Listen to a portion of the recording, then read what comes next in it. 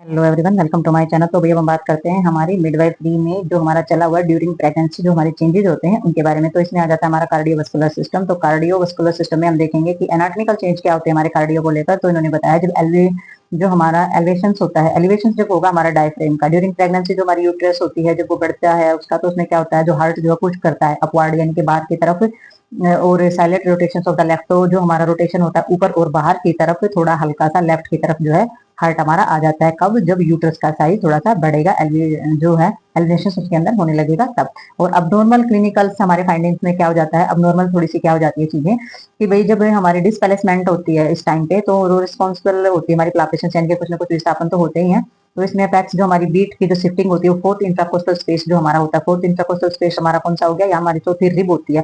और जो रिब्स होती है उनके अंदर पाई जाती है हमारी मसल, जो कि इंट्राकोस्टल मसल्स पे पाई जाती है। तो वो इंट्राकोस्टल स्पेस हमारा बोला जाता है। तो उसमें 2.5 सेंटीमीटर बाहर की तरफ, और हमारी जो मिड क्लेविकुलस लाइन होती है, तो क्लेविकुलस हमारी कौन सी बोन होती है, हमारी जो हसली जो बोली जाती है, यानी कि रिब के ऊपर जो सबसे पहली जो ऊपर बोन होती है वो हमारी मिड क्लेविकुलर लाइन होती है। तो इसमें पल्स रेट जो होती है वो हमारी साइलेंटली रेज हो जाती है, यानी कि पल्स जो है वो थोड़ी हल्की बहुत ज्यादा बढ़ जाती है। तो ये हमारी थोड़ा सा अबनॉर्मल क्लिनिकल चीजें थी, यानी कि ड्यूरिंग प्रेगनेंसी जो हमारी चीजें होती हैं वो इसके अंदर। तो इसमें हमारी टेबल दी गई है। तो टेबल के अंदर हम देखेंगे हेमोडायनेमिक चेंज जो होते हैं ड्यूरिंग प्रेगनेंसी। तो हेमोडायनेमिक चेंज में होता है हमारे ब्लड से संबंधित यानी कि हार्ट से संबंधित जो भी चेंजेस आते हैं। तो इसमें हमारे दे रखे हैं, इसमें पैरामीटर्स दे रखा है। कार्डियक आउटपुट जो होता है वो नॉन प्रेग्नेंट लेडीज के अंदर 4.5 होगा, और जो प्रेगनेंसी जिसकी चल रही होगी 6.26 होगा। और जो चेंजेस आते हैं वो 40% जो है उसके अंदर चेंजेस आते हैं। स्ट्रोक वॉल्यूम जो है हमारी, इसकी कंडीशन आप देख सकते हैं 27% उसके अंदर चेंजेस आते हैं। जो हार्ट रेट होती है वो हमारी 70 होती है, तो 85 हो जाती है, और ये हमारे 70% जो है चेंजेस के अंदर आते हैं।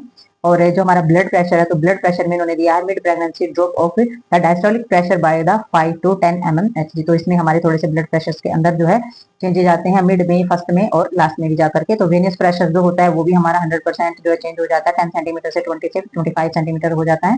तो इसमें हमारा कॉलिक जो हमारा ऑनकोटिक प्रेशर होता है वो भी हम चेंजेस में भी चेंजेस देखते हैं। सिस्टमेटिक वस्कुलर सिस्टम होता है उसके अंदर भी चेंजेस होता है हमारा। पल्मोनरी वस्कुलर जो हमारा रेजिस्टेंस होता है उसके अंदर भी हमारा 34% चेंजेस होता है। तो ये हम देख सकते हैं कि भाई जब नॉन प्रेग्नेंट लेडीज होती है तो उसकी कंडीशन क्या होती है, ब्लड की या हार्ट की, और जो हमारी जो प्रेग्नेंट लेडीज होती है उसके अंदर क्या होती है, और ड्यूरिंग प्रेगनेंसी चेंजेस कितने परसेंट आते हैं, तो वो इस टेबल के अंदर दिखाया गया है।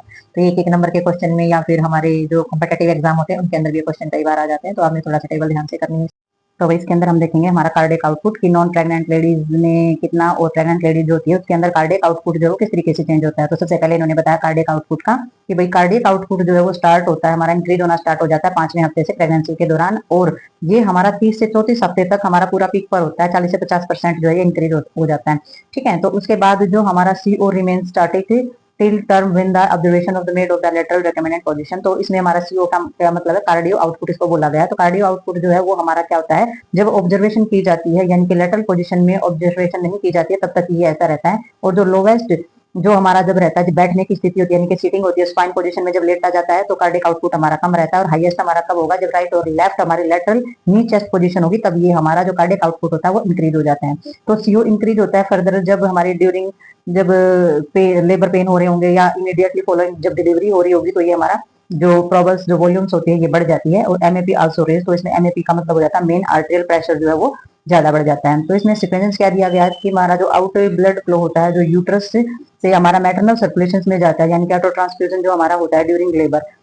तो इसमें इमीडिएट पोस्टमार्टम, तो इन्होंने बताया कि जब बेबी पैदा होता है तो उसमें जो बेबी के अंदर जो भी हमारा ब्लड जो प्लेसेंटा का जो ब्लड होता है वो सारा का सारा निचोड़ दिया जाता है। तो उसके समय भी इसमें चेंजेस आते हैं ड्यूरिंग लेबर, जो इमीडिएट पोस्टमार्टम होता है यानी कि डिलीवरी के बाद का जो समय होता है वो। तो इसमें वेजाइनल और सजेरियन इन्होंने बताया, बोथ वेजाइनल और caesarean deliveries are the maximum increase in the CO occurs 10 से 30 मिनट्स। तो इन्होंने बताया कि डिलीवरी चाहे वेजाइनल हो यानी कि नॉर्मल डिलीवरी हो, सजेरियन हो या ऑपरेशन से डिलीवरी हो, तो इसमें जो इंक्रीजिंग होती है हमारे कार्डियक आउटपुट की वो 10 से 30 मिनट की होती है। तो ये हमारे कुछ चेंजेस रहते हैं जो कि हमारे कार्डियक आउटपुट के देखे जाते हैं प्रेगनेंसी के ड्यूरिंग प्रेगनेंसी और डिलीवरी के बाद भी।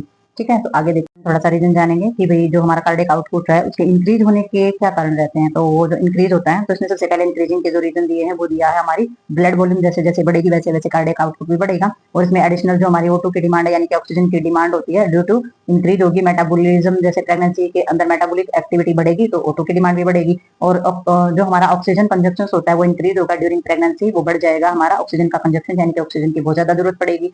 ठीक है, तो प्रेगनेंसी के दौरान जो हमारा होता है वो हमारे 20% ज्यादा जरूरत होती है, और जब लेबर होती है यानी कि जब डिलीवरी होती है तो 50% हमें ऑक्सीजन की ज्यादा जरूरत पड़ती है।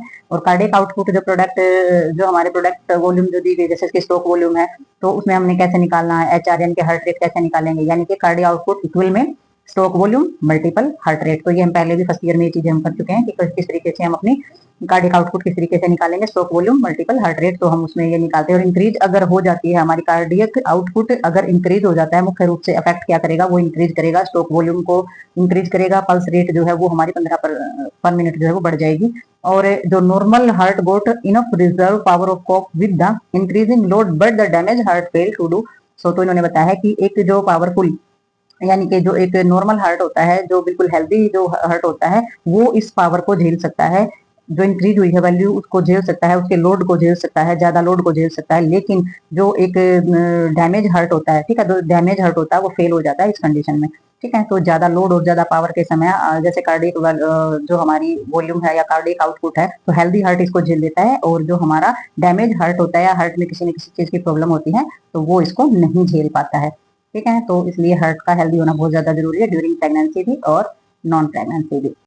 तो इसमें हमारा ब्लड प्रेशर आ जाता है, तो ब्लड प्रेशर में हम देखेंगे कि बीपी जो है वो किस तरीके से चेंज होता है। सिस्टेमिक हमारा जो वस्कुलर रेजिस्टेंस होता है यानी कि SVR होता है वो डिक्रीज होता है ड्यू टू स्मूथ मसल, जो हमारे स्मूथ मसल्स होती है उसको रिलैक्सेशन का जो यानी कि आरामदायक स्थिति का जो इफेक्ट पड़ता है, जैसे प्रोजेस्टेरोन है, नाइट्रिक ऑक्साइड है, या फिर हमारा प्रोजेस्टेरोन ग्लाइंडिंग और NAP, ये हमारे हार्मोन्स होते हैं जो हमारी जो मांसपेशियां होती है उनको रिलैक्सेशन जो है वो हमारा डिक्रीज होता है। तो इसमें रिलैक्सेशन देने वाली जो स्थिति होती है तो इसमें इंक्रीज होता है हमारा कार्डियक आउटपुट। तो इसमें जो मैटरनल बीपी होता है, तो बीपी देखेंगे हम इक्वल जो कार्डियक आउटपुट होता है उसमें मल्टीपल करेंगे, इसमें मल्टीपल करेंगे तो क्या हो जाएगा, सिस्टेमिक जो वस्कुलर रेजिस्टेंस है उससे मल्टीपल करने पर हमारा डिक्रीज होगा क्या, इसमें SVR जो है वो भी डिस्क्रीज हो जाएगा। ठीक है, तो सिस्टेमिक वस्कुलर रेट है वो भी हमारा डिस्क्रीज हो जाएगा, और ओवरऑल डिस्क्रीजिंग क्या होगी, हमारा डायस्टोल हो जाएगा, हमारा ब्लड प्रेशर और मेन आर्टेरियल प्रेशर जो है वो भी हमारा डिस्क्रीज हो जाएगा, जो 5 से 10 mm हो जाएगा। तो मिड प्रेगनेंसी में जो प्रेगनेंसी के बीच में जो कंडीशन होती है तो इसमें डिस्क्रीज होगा हमारा मैटरनल बीपी जो पैरेलल रहता है SV के। तो इसमें जो माँ का जो बीपी रहता है वो हमारा क्या होगा, सिस्टेमिक जो हमारा सिस्टेमिक वस्कुलर जो रेजिस्टेंस होता है उसके एक समान ये रहता है, और इसमें जो अराइज होता है जब फिर वो धीरे धीरे अराइज होता रहता है, यानी कि धीरे धीरे करके जो हमारा आउटपुट होता है यानी कि जो बीपी होता है वो बढ़ता रहता है। तो इसमें थोड़े से बीपी के अंदर ये चेंजेस है, ये सिर्फ समझाने के लिए था कि बीपी जो है किस तरीके से इंक्रीज होता है। तो ये जो हमारा होता है ये हमारी जो स्मूथ मसल से रिलैक्शन जो होता है वो जिस भी जो हार्मोन्स होते हैं उनकी वजह से ये होता है। तो ये सारी कंडीशन, तो ये हमारा टॉपिक जो है यहीं पर खत्म होता है। तो मिलते हैं नेक्स्ट टॉपिक में नेक्स्ट वीडियो के साथ, तब तक के लिए बाय।